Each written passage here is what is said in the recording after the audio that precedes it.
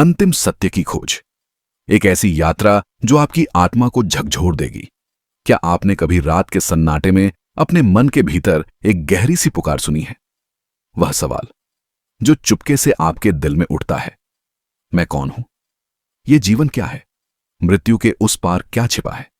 ये वो सवाल हैं जो हमारी आत्मा की गहराइयों में गूंजते हैं, चाहे हम कितने ही व्यस्त क्यों ना हो। ये वो जिज्ञासा है जो हमें इंसान बनाती है।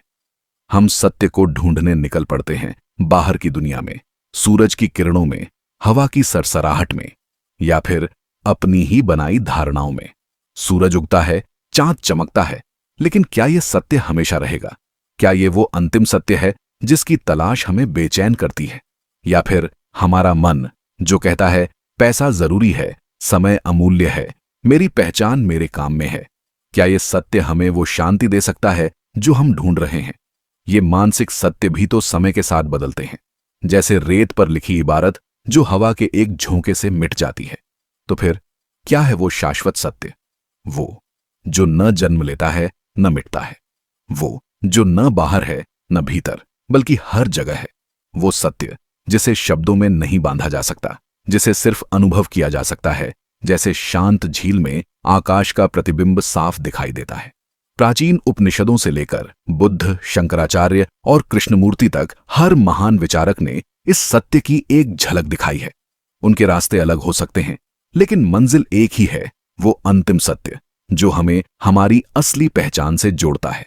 इस वीडियो में हम आपको ले चलेंगे एक ऐसी रहस्यमयी और रोमांचक यात्रा पर जहां सत्य के पर्दे एक एक करके खुलेंगे। क्या आप तैयार हैं उस सवाल का जवाब ढूंढने के लिए जो सदियों से मानवता के दिल में गूंज रहा है?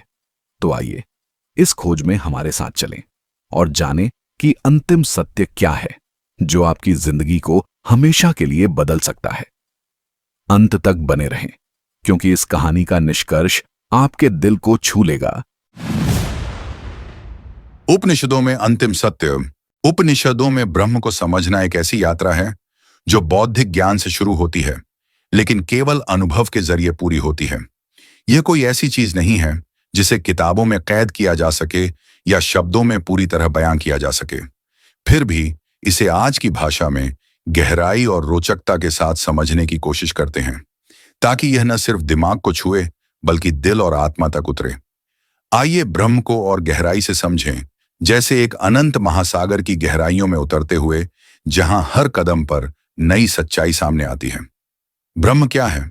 उपनिषदों में ब्रह्म को सृष्टि का मूल सत्य, आधार और सार कहा गया है। यह वह अनंत, निराकार, नित्य और सर्वव्यापी सत्ता है जो सृष्टि का कारण भी है और उसका परिणाम भी। लेकिन इसे सिर्फ ईश्वर या भगवान कहना ब्रह्म को छोटा करना होगा। ब्रह्म न तो कोई व्यक्ति है, न कोई आकार, न कोई धर्म या नियमों में बंधा हुआ। यह वह सत्य है जो हर चीज में है, तुम्हारी सांस में, पेड़ की पत्तियों में, तारों की चमक में, और फिर भी वह इन सब से परे है। सोचो, जैसे तुम एक सपने में हो। सपने में तुम घर, लोग, पहाड़, नदियां देखते हो, लेकिन जागने पर समझ आता है कि यह सब तुम्हारे दिमाग का खेल था। उसी तरह उपनिषद कहते हैं कि यह सारी सृष्टि जो दिखती है, जो सुनाई देती है, ब्रह्म का ही एक रूप है। लेकिन ब्रह्म सिर्फ यह सृष्टि नहीं है, यह उससे भी बड़ा है जो इस सृष्टि को संभाले हुए है। ब्रह्म उस सॉफ्टवेयर की तरह है जो तुम्हारे फोन को चलाता है। तुम ऐप्स देखते हो, गेम खेलते हो, लेकिन असल में सब कुछ उस सॉफ्टवेयर की वजह से है जो दिखता नहीं पर सब कुछ संभालता है।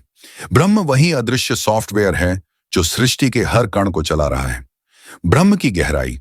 उपनिषदों के सूत्रों के साथ उपनिषदों ने ब्रह्म को समझाने के लिए कई सूत्र दिए हैं जो न सिर्फ गहरे हैं बल्कि हमें आत्मचिंतन की ओर ले जाते हैं।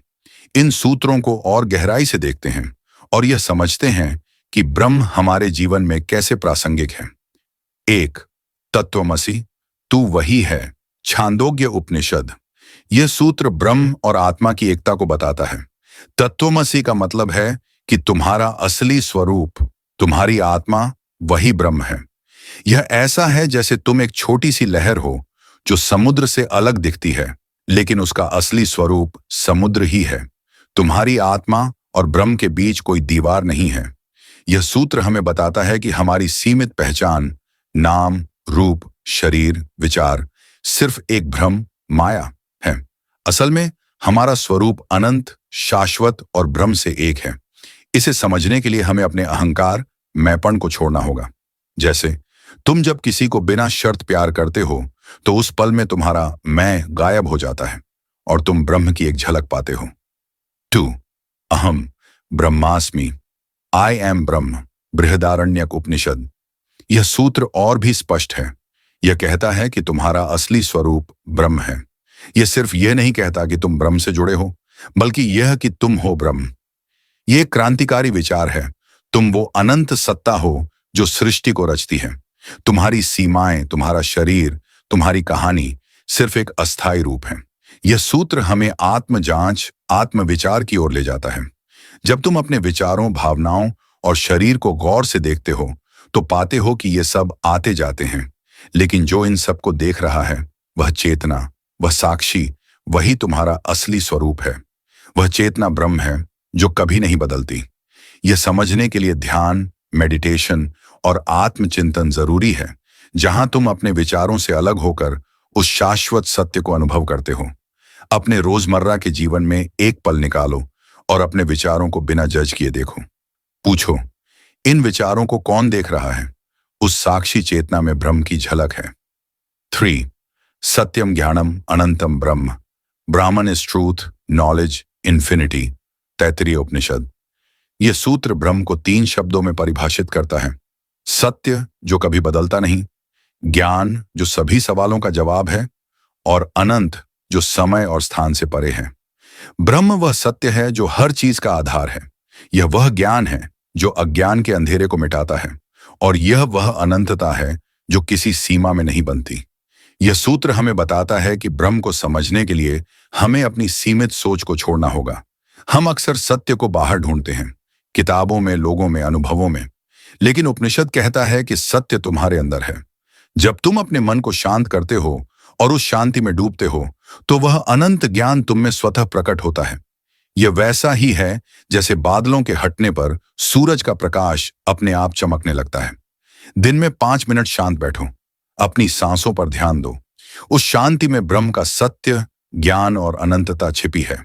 4. नेति नेति, नॉट दिस, बृहदारण्यक उपनिषद। यह सूत्र ब्रह्म को परिभाषित करने की कोशिश को नकारता है। ब्रह्म को किसी शब्द, रूप या विचार में नहीं बांधा जा सकता। हर बार जब तुम सोचते हो ब्रह्म यह है, उपनिषद कहता है नेति नेति, यह नहीं, ब्रह्म वह है जो इन सब के परे है। यह सूत्र हमें सिखाता है कि ब्रह्म को समझने के लिए हमें अपनी मान्यताओं को छोड़ना होगा। हमारा दिमाग हमेशा चीजों को नाम, रूप और कैटेगरी में बांटना चाहता है, लेकिन ब्रह्म उससे परे है। इसे अनुभव करने के लिए हमें शब्दों और विचारों को छोड़कर उस शून्य में जाना होगा जहां सिर्फ चेतना रहती है। यह वैसा ही है जैसे तुम एक विशाल आकाश को देखो और उसे किसी डिब्बे में बंद करने की कोशिश छोड़ दो। अगली बार जब तुम किसी चीज को समझने की कोशिश करो और जवाब न मिले तो उसे छोड़ दो। उस अनजाने में ब्रह्म की मौजूदगी है। अब एक और गहरे उपनिषदों के सिद्धांत पर विचार करते हैं, जो हमें अंतिम सत्य की खोज में चेतना के विभिन्न स्तरों को दर्शाती है। उपनिषदों की गूढ़ गहराइयों में अंतिम सत्य छिपा है, एक ऐसा रहस्य जो सृष्टि के मूल को उजागर करता है। इस सत्य की खोज एक ऐसी यात्रा है जो चेतना के 4 रहस्यमय द्वारों से होकर गुजरती है। प्रत्येक द्वार एक नया रहस्य उद्घाटन करता है। प्रत्येक कदम हमें उस अनंत सत्य के करीब ले जाता है। आइए इन अवस्थाओं के रहस्यमय पथ पर चलें और जानें कि अंतिम सत्य की खोज कहां संभव है। जागृत अवस्था, भ्रम का रंगमंच। जागृत अवस्था वह मायावी मंच है जहां इंद्रियां संसार को सत्य का आवरण पहनाती हैं। यहां हर कण, पेड़, पर्वत, लोग जीवंत प्रतीत होता है, मानो यही अंतिम वास्तविकता हो। पर यह माया का जादू है। हम अपने शरीर और मन को मैं समझ बैठते हैं और मैं व दूसरे के द्वैत में उलझ जाते हैं। यहां सत्य छिपा है पर भ्रम के पर्दे में लिपटा हुआ। यह अवस्था हमें लुभाती है, पर सत्य की खोज के लिए हमें इस रंगमंच को पार करना होगा। स्वप्न अवस्था, मन का जादुई संसार जब आंखें बंद होती हैं तब स्वप्न का रहस्यमय द्वार खुलता है। यहां मन एक चित्रकार बन जाता है जो रंगों, दृश्यों और कथाओं से एक नया संसार रचता है। सपनों की यह दुनिया उस क्षण सत्य सी लगती है, पर जागते ही धुएं की तरह बिखर जाती है। यह अवस्था हमें एक गहरा संदेश देती है। हमारा मन ही अनुभवों का सर्जक है। यहां भी सत्य नहीं, केवल भ्रम का एक और रूप है। सत्य की खोज के लिए हमें इस जादुई संसार को भी लांघना होगा। सुषुप्ति अवस्था, शांति का गहन समुद्र। सुषुप्ति वह रहस्यमयी गहराई है जहां न संसार है, न सपने, न द्वैत का कोई नामो निशान। यह गहरी नींद की अवस्था है जहां मन और इंद्रियां शांत होकर एक अनाम शांति में डूब जाते हैं। यहां कोई मैं नहीं, कोई दूसरा नहीं, केवल एक अखंड शून्यता। यह अद्वैत की झलक है, पर यहां जागरूकता का अभाव है। हम इस शांति को छूते हैं पर इसका बोध नहीं कर पाते। सत्य यहां करीब है पर अभी भी एक पर्दे के पीछे छिपा है। तुरीय अवस्था, सत्य का साक्षात्कार। और फिर आता है तुरीय, वह रहस्यमय अलौकिक अवस्था जो न जागृति है, न स्वप्न, न सुषुप्ति। यह वह शुद्ध चेतना का आलोक है जहां सारे भ्रम बिखर जाते हैं, सारे द्वैत विलीन हो जाते हैं। यहां आत्मा अपने वास्तविक स्वरूप ब्रह्म को पहचान लेती है। यह वह क्षण है जब अहम ब्रह्मास्मि का उद्घोष हृदय में गूंजता है। तुरीय तीनों अवस्थाओं का साक्षी है पर उनसे अछूता। यह वह पवित्र स्थल है जहां अंतिम सत्य न केवल झलकता है बल्कि पूर्ण रूप से प्रकट होता है। अंतिम सत्य की खोज कहां संभव है? यह रहस्यमयी यात्रा हमें बताती है कि अंतिम सत्य न बाहर के संसार में है, न सपनों की दुनिया में, न ही गहरी नींद की शांति में। यह सत्य तुरीय में बसता है, उस शुद्ध चेतना के आलोक में जो हमारा स्वयं का स्वरूप है। पर तुरीय तक पहुंचने के लिए हमें जागृत और स्वप्न के भ्रमों को पार करना होगा। सुषुप्ति की शांति में डूबकर उसकी गहराई को समझना होगा। यह यात्रा ध्यान, आत्मचिंतन और ज्ञान के जादुई मंत्रों से संभव है। अंतिम सत्य की खोज तुरीय में संभव है, वह रहस्यमय अवस्था जहां आत्मा और ब्रह्म एक हो जाते हैं। यह कोई दूर का तारा नहीं बल्कि हमारे भीतर ही छिपा एक अनंत सागर है। उपनिषदों का यह दर्शन हमें न केवल सत्य की झलक दिखलाता है बल्कि उस तक पहुंचने का रहस्यमय मार्ग भी प्रशस्त करता है। इस यात्रा में हर कदम एक नया रहस्य खोलता है और अंत में तुरीय के आलोक में सत्य स्वयं अपने पूर्ण वैभव में प्रकट होता है। आइए अब बात करते हैं बुद्ध की अंतिम सत्य की खोज पर।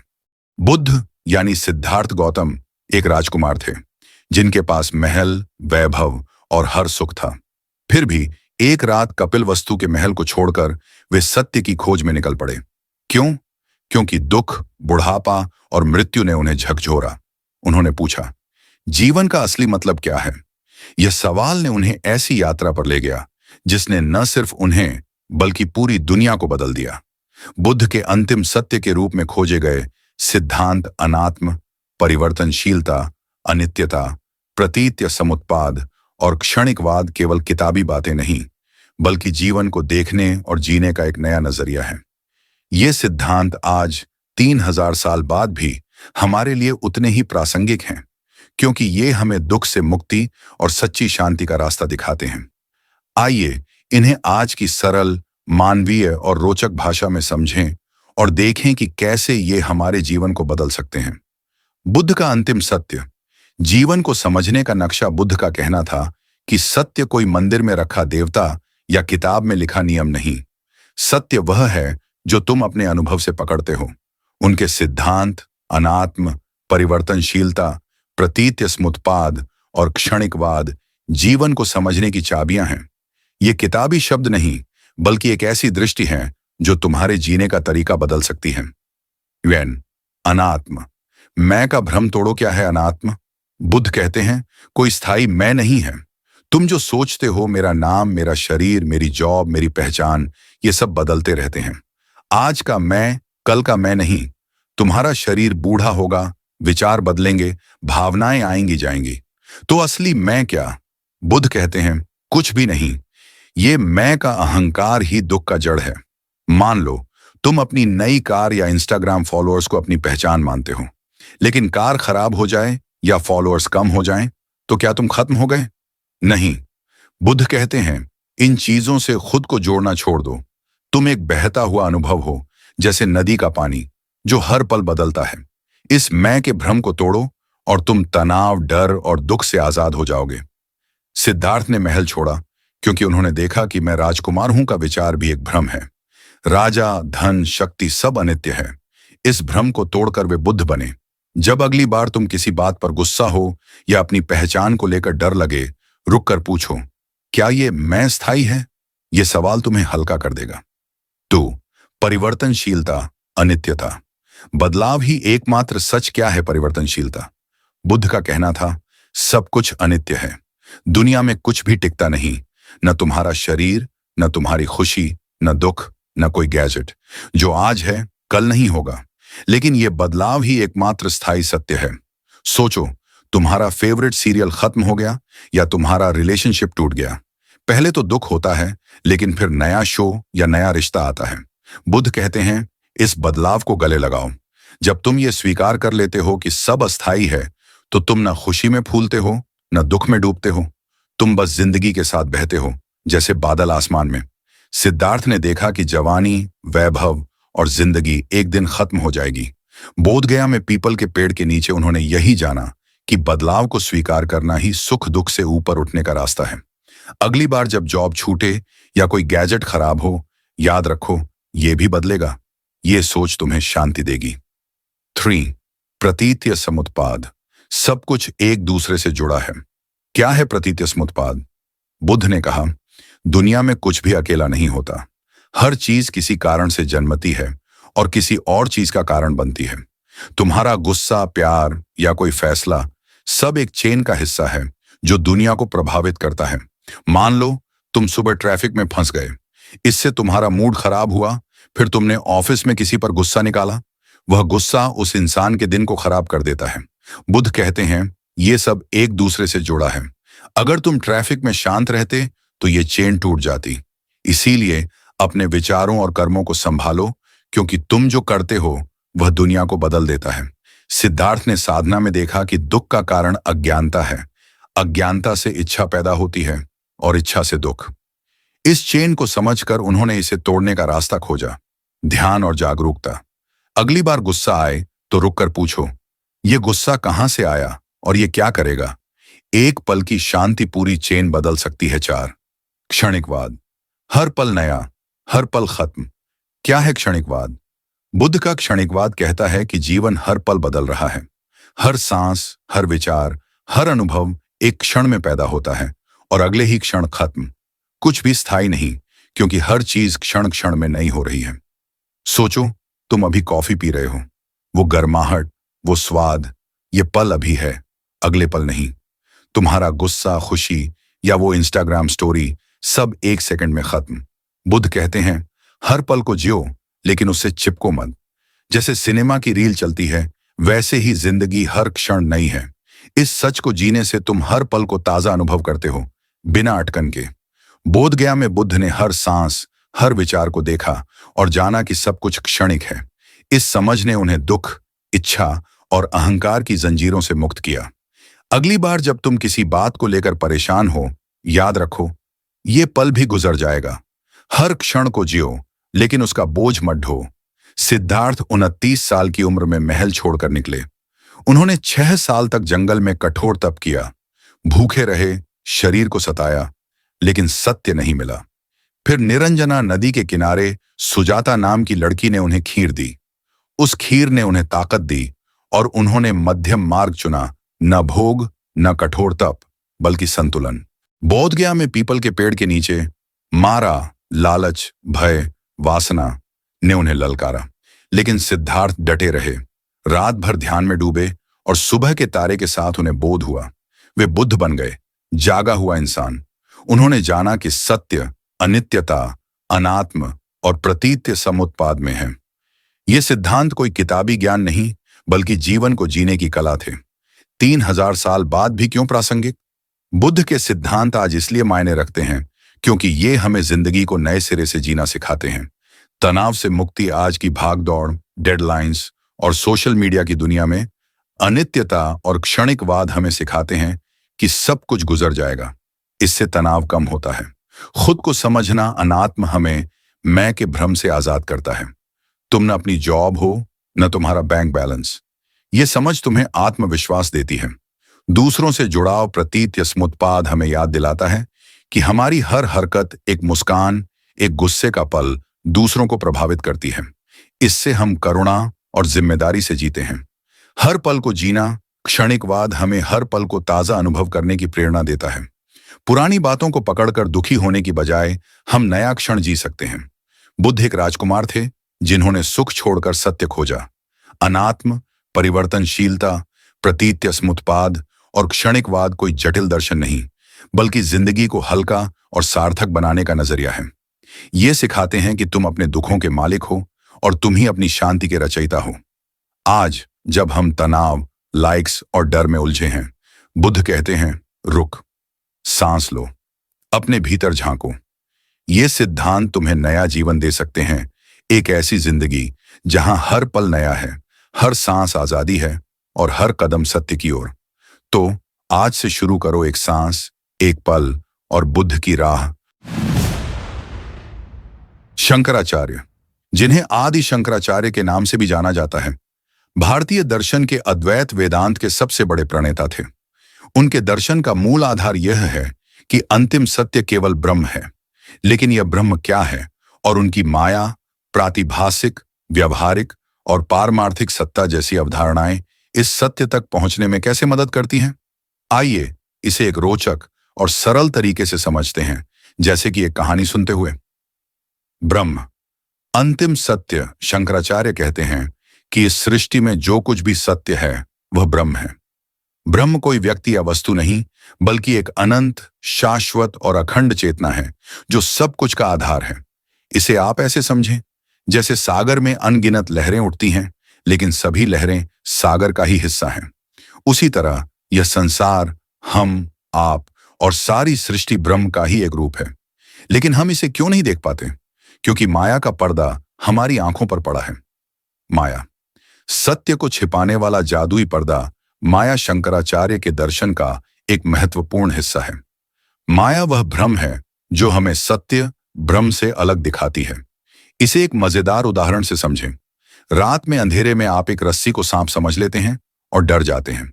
लेकिन जब टॉर्च की रोशनी पड़ती है तो आपको पता चलता है कि वह सांप नहीं, रस्सी थी। माया वही अंधेरा है जो हमें संसार को अलग अलग रूपों में दिखाता है, जबकि हकीकत में सब कुछ ब्रह्म है। माया न तो पूरी तरह सत्य है, न पूरी तरह असत्य। यह मिथ्या है, यानी वह जो दिखता तो है लेकिन वास्तव में है नहीं।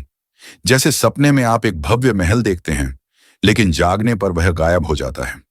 माया हमें इस संसार को वास्तविक मानने के लिए मजबूर करती है, लेकिन शंकराचार्य कहते हैं कि जब हम ज्ञान की रोशनी जलाते हैं तो माया का पर्दा हट जाता है और हम ब्रह्म को देख पाते हैं। 3 स्तर की सत्ता, प्रातिभासिक, व्यवहारिक और पारमार्थिक। शंकराचार्य ने सत्य को समझाने के लिए सत्ता के 3 स्तर बताए। इन्हें समझना ऐसा है जैसे किसी पहेली को सुलझाना जो हमें अंतिम सत्य तक ले जाता है। आइए इन तीनों को एक कहानी के जरिए समझे। प्रातिभासिक सत्ता, आभासी सत्य। मान लीजिए आप रेगिस्तान में चल रहे हैं और दूर से आपको पानी का तालाब दिखता है। आप दौड़कर वहां जाते हैं, लेकिन वहां सिर्फ रेत होती है। यह थी मृग मरीचिका, जो बिल्कुल असत्य थी। प्रातिभासिक सत्ता ऐसी चीजें हैं जो केवल भ्रम के कारण दिखती हैं, जैसे सपने या मृग मरीचिका। यह सत्य का सबसे निचला स्तर है जो पूरी तरह मिथ्या है। व्यवहारिक सत्ता, व्यवहारिक सत्य। अब आप अपने घर में बैठे हैं और टीवी पर एक फिल्म देख रहे हैं। फिल्म में एक कहानी चल रही है जिसमें लोग, घटनाएं और भावनाएं सब वास्तविक लगते हैं, लेकिन आप जानते हैं कि यह सिर्फ एक कहानी है। फिर भी आप इसे तब तक सच मानते हैं जब तक फिल्म चल रही है। यह व्यवहारिक सत्ता है, वह सत्य जो हम अपने रोजमर्रा के जीवन में अनुभव करते हैं। यह संसार जिसमें हम रहते हैं व्यवहारिक सत्ता का हिस्सा है। यह पूरी तरह असत्य नहीं, लेकिन यह अंतिम सत्य भी नहीं। पारमार्थिक सत्ता, अंतिम सत्य। अब फिल्म खत्म होती है और आप टीवी बंद कर देते हैं। स्क्रीन पर अब कुछ नहीं है, लेकिन आप जानते हैं कि बिजली, स्क्रीन और तकनीक, ये सब उस कहानी के पीछे का आधार थे। यही पारमार्थिक सत्ता है जो ब्रह्म है। यह वह सत्य है जो हमेशा है, जो कभी बदलता नहीं और जो हर चीज का आधार है। शंकराचार्य कहते हैं कि जब हम माया के भ्रम से बाहर निकलते हैं तो हमें यह पारमार्थिक सत्य यानी ब्रह्म दिखाई देता है। यह सिद्धांत अंतिम सत्य की खोज में क्यों मूल्यवान है? शंकराचार्य का दर्शन हमें एक नक्शा देता है जो हमें भ्रम से सत्य की ओर ले जाता है। यह ऐसा है जैसे कोई आपको जंगल में खो जाने पर रास्ता दिखाए। आइए देखें ये सिद्धांत कैसे मदद करते हैं। माया हमें जागरूक करती है। माया को समझने से हमें पता चलता है कि हम जो कुछ देख रहे हैं वह हमेशा सच नहीं होता। यह हमें अपने अनुभवों पर सवाल उठाने और गहराई में जाने की प्रेरणा देता है। जैसे अगर आप बार बार एक ही सपने में खो जाते हैं तो माया का सिद्धांत आपको जागने और सच्चाई को देखने के लिए प्रेरित करता है। 3 स्तर की सत्ता हमें क्रमबद्ध समझ देती है। प्रातिभासिक, व्यवहारिक और पारमार्थिक सत्ता का विचार हमें एक सीढ़ी की तरह ले जाता है।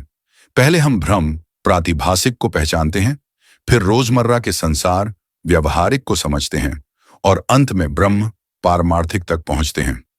ये एक व्यवस्थित रास्ता है जो जटिल दर्शन को सरल बनाता है। जब हम समझ जाते हैं कि यह संसार माया का खेल है और असली सत्य ब्रह्म है, तो हमारी चिंताएं, डर और इच्छाएं कम होने लगती हैं। यह ऐसा है जैसे आप एक नाटक में अभिनय कर रहे हों, लेकिन अब आप जानते हैं कि यह सिर्फ एक नाटक है। इससे जीवन में शांति और संतुलन आता है। शंकराचार्य का दर्शन आज भी उतना ही प्रासंगिक है। हमारी जिंदगी में तनाव, भौतिक इच्छाएं और भ्रम माया का हिस्सा है, लेकिन जब हम ध्यान, आत्मचिंतन और ज्ञान के रास्ते पर चलते हैं तो हम ब्रह्म के करीब पहुंचते हैं।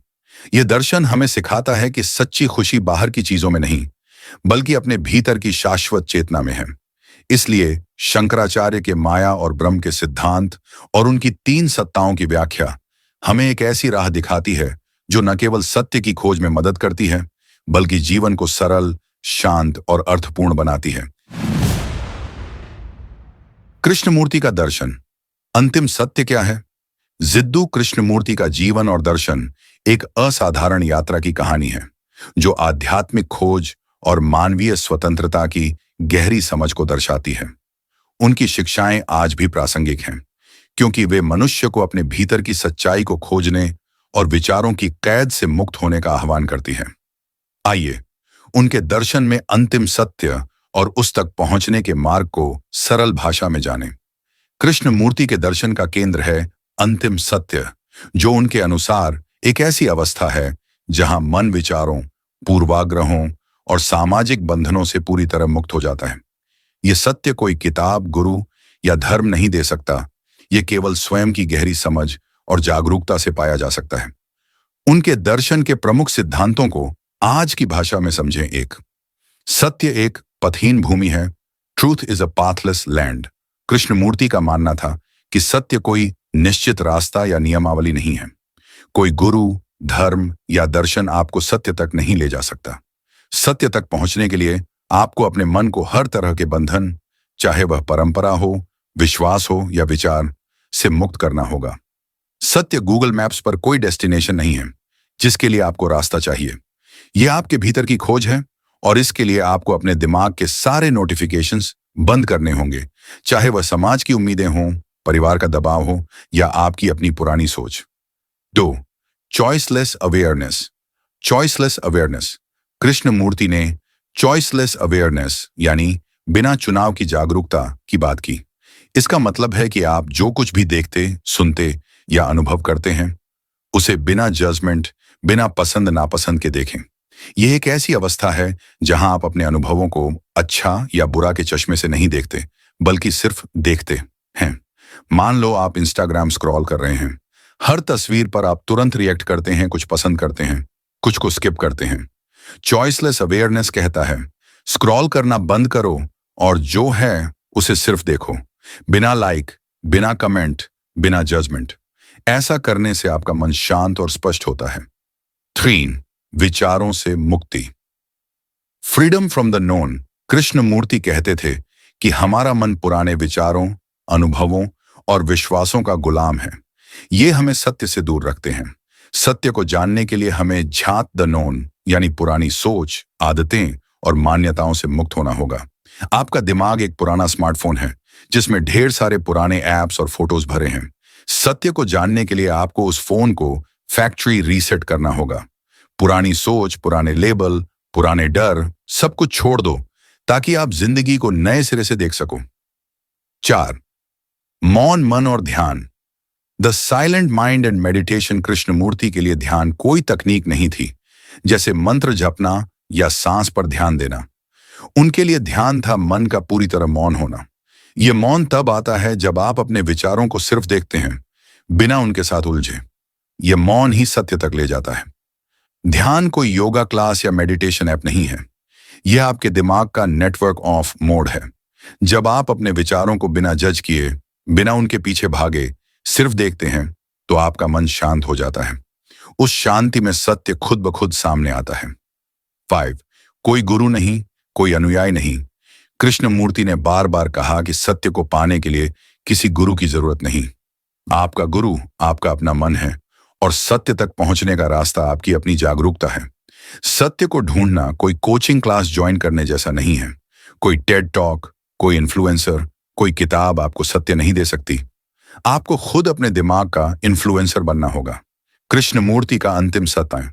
कृष्णमूर्ति के लिए अंतिम सत्य वह अवस्था है जहां मन पूरी तरह मुक्त, जागरूक और मौन है। यह कोई बौद्धिक निष्कर्ष या किताबी ज्ञान नहीं, बल्कि एक जीवंत अनुभव है जो हर पल में नए सिरे से महसूस होता है। यह सत्य तब सामने आता है जब आप अपने डर, इच्छाओं और अहंकार को छोड़कर सिर्फ होते हैं। अंतिम सत्य आपके स्मार्टफोन का लेटेस्ट अपडेट नहीं है जिसे आप डाउनलोड कर लें। यह आपके भीतर का वह स्पेस है जहां आप बिना फिल्टर, बिना स्क्रिप्ट और बिना नकाब के बस हैं। इसे पाने का रास्ता है खुद को देखना, समझना और हर उस चीज को छोड़ देना जो आपको आप होने से रोकती है। उपनिषद, बुद्ध, शंकराचार्य और कृष्णमूर्ति जैसे महान दार्शनिकों ने अंतिम सत्य की खोज को एक रहस्यमय, रोमांचक और गहन यात्रा बताया है। उनके उपदेशों का सार यही है कि सत्य कोई ऐसी वस्तु नहीं जो कोई दूसरा आपको थमा दे। ये एक अनमोल रत्न है जो आपके भीतर ही छिपा है और इसे केवल स्वयं की खोज से पाया जा सकता है। जैसे कोई यात्री अनजान जंगल में एक रहस्यमय खजाने की तलाश करता है, वैसे ही सत्य की खोज आत्मा की गहराइयों में उतरने का साहसिक अभियान है। उपनिषद कहते हैं, तत्वमसि, तू ही वह है। बुद्ध कहते हैं, अप्प दीपो भव, स्वयं अपना दीपक बनो। शंकराचार्य बताते हैं कि यह सत्य ब्रह्म सत्यम जगत मिथ्या है जो केवल आत्मनिरीक्षण से अनुभव होता है। और कृष्णमूर्ति जोर देते हैं कि सत्य जीवंत है, इसे किताबों या गुरुओं से नहीं, बल्कि अपने मन के शांत दर्पण में देखकर जाना जा सकता है। यह सत्य ऐसा अनुभव है जैसे सुबह की पहली किरण का स्पर्श, सरल, शुद्ध और मौन, जो शब्दों में बंधता नहीं, केवल जिया जाता है। यह रहस्यमय इसलिए है क्योंकि यह हर किसी के भीतर अलग अलग रंगों में प्रकट होता है। यह रोचक इसलिए है क्योंकि यह खोज का अंत नहीं, बल्कि एक नई शुरुआत है। और यह सरल इसलिए है क्योंकि यह आपका ही स्वरूप है, बस उसे पहचानने की देर है। तो अपनी आंखें बंद करो, मन को शांत करो और इस अनंत सागर में डुबकी लगाओ। सत्य तुम्हारा इंतजार कर रहा है। धन्यवाद। तो मिलते हैं अब अगले वीडियो में। आपको हमारा वीडियो पसंद आया तो इसे लाइक करो और चैनल को सब्सक्राइब कर लो।